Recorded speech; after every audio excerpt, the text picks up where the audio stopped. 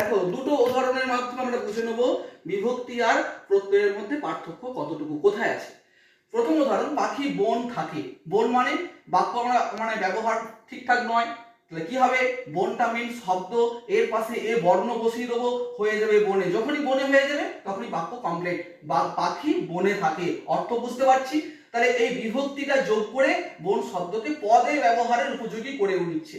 দ্বিতীয় উদাহরণ, পাখি বন প্রাণী। আমরা প্রত্যেকেই জানি পাখি একটা বন্য প্রাণী, বন প্রাণী না, তাই বাক্য কমপ্লিট নয়। তাহলে কি হবে না, বন শব্দের সাথে অঞ্জ, এই অঞ্জ প্রত্যয় যুক্ত হয়ে আমার শব্দটাকে একটা অন্য মাত্রায় নিয়ে গেছে, হয়ে গেছে বন্য। যখনই বন্য বলবো তখন আমার বাক্যটা কমপ্লিট হয়ে যাবে, পাখি বন্য প্রাণী।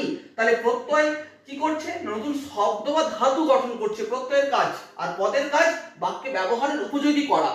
এই দুটো আমরা মনে রাখলে আমরা অনায়াসে বিভক্তি প্রত্যয়ের মধ্যে